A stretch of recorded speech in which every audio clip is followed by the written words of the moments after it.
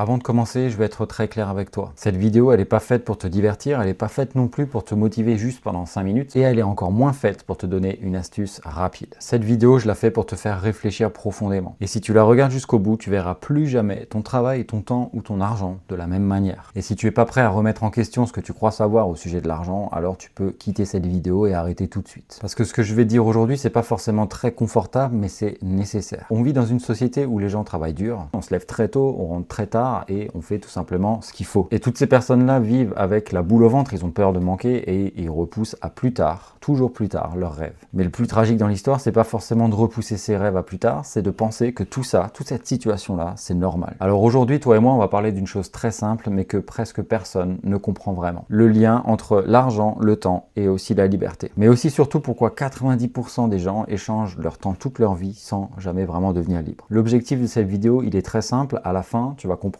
plusieurs choses. En numéro 1, pourquoi gagner plus d'argent ne règle jamais vraiment le problème. En numéro 2, pourquoi travailler plus, ça aggrave encore plus la situation. Ça paraît contre-intuitif, mais c'est la réalité. Mais aussi pourquoi certaines personnes deviennent libres sans forcément gagner autant d'argent qu'on peut le penser. Mais aussi pourquoi d'autres personnes restent prisonnières, même si elles peuvent gagner, je sais pas, 5 000 € par mois. Et je te rassure, c'est pas forcément une question d'intelligence et c'est pas non plus une question de chance. C'est tout simplement une question de structure mentale et financière. Mais le problème, c'est que cette structure, personne ne nous l'a jamais vraiment enseigné. Depuis qu'on est enfant, tu vas peut-être être d'accord avec moi, on nous répète toujours la même phrase. Travaille bien à l'école, trouve un bon travail, travaille dur et tout ira bien pour toi. Et ce message, il va de génération en génération et il est profondément ancré en nous. Mais attention, c'est pas totalement faux. Le travail, c'est essentiel, mais je vais t'expliquer le vrai problème. Le vrai problème, c'est qu'on nous a vendu le travail comme une finalité et pas forcément comme un outil. Alors maintenant, laisse-moi te poser une question honnête. Est-ce que tu connais des gens qui travaillent dur, qui sont fatigués, stressés, mais aussi qui sont inquiets pour leur avenir? Et je parie que la réponse c'est oui. Alors pose-toi la vraie question. Si le travail était suffisant, alors pourquoi autant de gens souffrent? Le travail permet tout simplement de survivre, mais pas forcément de devenir libre. Le fait de travailler, c'est aussi échanger du temps contre de l'argent et ton temps, il n'est pas illimité, il est limité. Et c'est la chose la plus précieuse que tu puisses avoir. Et chaque jour qui passe, c'est un jour que tu ne pourras jamais récupérer. Des fois, vaut mieux perdre un peu d'argent plutôt que du temps. Et malgré tout ça, la majorité des gens passent leur vie entière à optimiser leur salaire horaire au lieu d'optimiser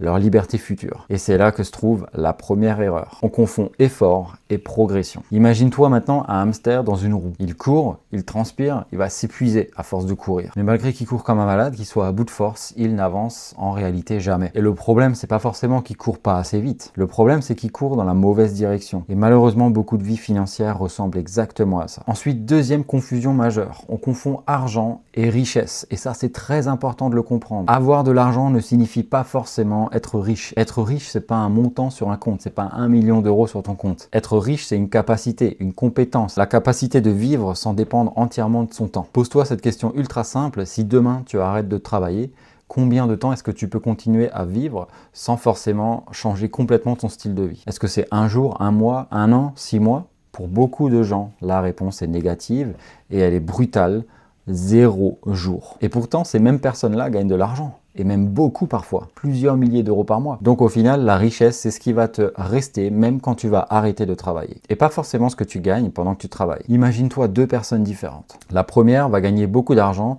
mais va dépenser presque tout. La seconde personne gagne moins, mais elle se construit des systèmes. Et dans 2 ans, leurs situations seront inversées. À ton avis, pourquoi? Parce que la richesse, c'est pas un flux, c'est un stock productif. C'est de l'argent qui travaille même pendant que tu dors. Et tant que tu n'as pas ça, malheureusement, tu seras jamais libre. Oui, tu seras peut-être performant, mais tu seras toujours dépendant. Parlons maintenant de la ressource la plus précieuse que tu puisses avoir, ton temps. Tu peux perdre de l'argent et en regagner, tu peux perdre un objet et le remplacer, mais chaque heure qui passe disparaîtront à jamais. Et pourtant, regarde autour de toi comment les gens utilisent leur temps. Ils vont l'échanger contre du confort immédiat. Ils travaillent toute la semaine pour se récompenser simplement le week-end. Ou alors encore quelques semaines de vacances par an. Ils vivent dans une logique de compensation permanente. Le problème de ce système-là, c'est qu'il va consommer ton avenir pour pouvoir acheter du présent. Alors pose-toi cette simple question, quand tu vas acheter quelque chose, combien d'heures de ta vie as-tu échangé contre cet objet?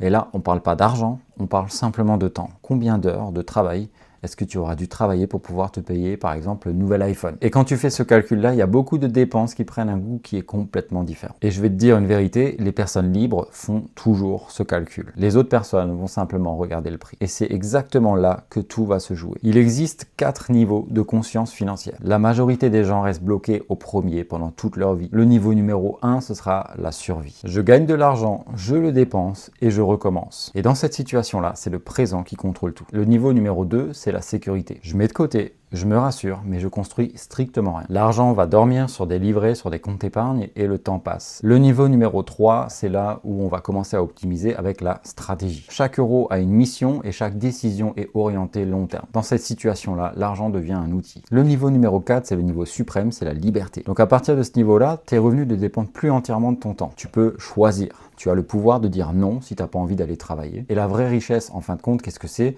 C'est de pouvoir avoir le choix de dire non. Et ce passage de niveau ne dépend pas de ton salaire. Il va entièrement dépendre de ta manière de penser. Tu l'auras très bien compris, la liberté financière, c'est pas un événement, ça n'arrive pas du jour au lendemain. C'est pas non plus un jackpot et c'est pas non plus un coup de chance. Tout est fait avec stratégie, tout est réfléchi, une trajectoire construite sur 3 piliers différents. La protection, le flux et la croissance. Sans protection, tu vas paniquer. Sans flux, tu stagnes, tu feras plus rentrer d'argent. Et sans croissance, tu recules parce qu'il n'y a pas de stagnation, c'est soit tu progresses, soit tu recules. Et tout l'enjeu va être là, c'est de créer un système où ton argent travaille pour ton futur au lieu de disparaître dans ton présent. Donc pour conclure cette vidéo, l'argent c'est pas le but. Le but c'est une vie où ton temps t'appartient complètement. Et personne malheureusement viendra te rendre les années que tu as échangées pour pouvoir gagner l'argent que tu gagnes actuellement via un salaire avec un taux horaire. Alors la seule vraie question, c'est celle-ci. Est-ce que ce que tu es en train de faire aujourd'hui te rapproche ou est-ce que ça t'éloigne de ta liberté future? Si cette vidéo t'a fait réfléchir et fait prendre conscience de certaines choses par rapport à l'argent, abonne-toi.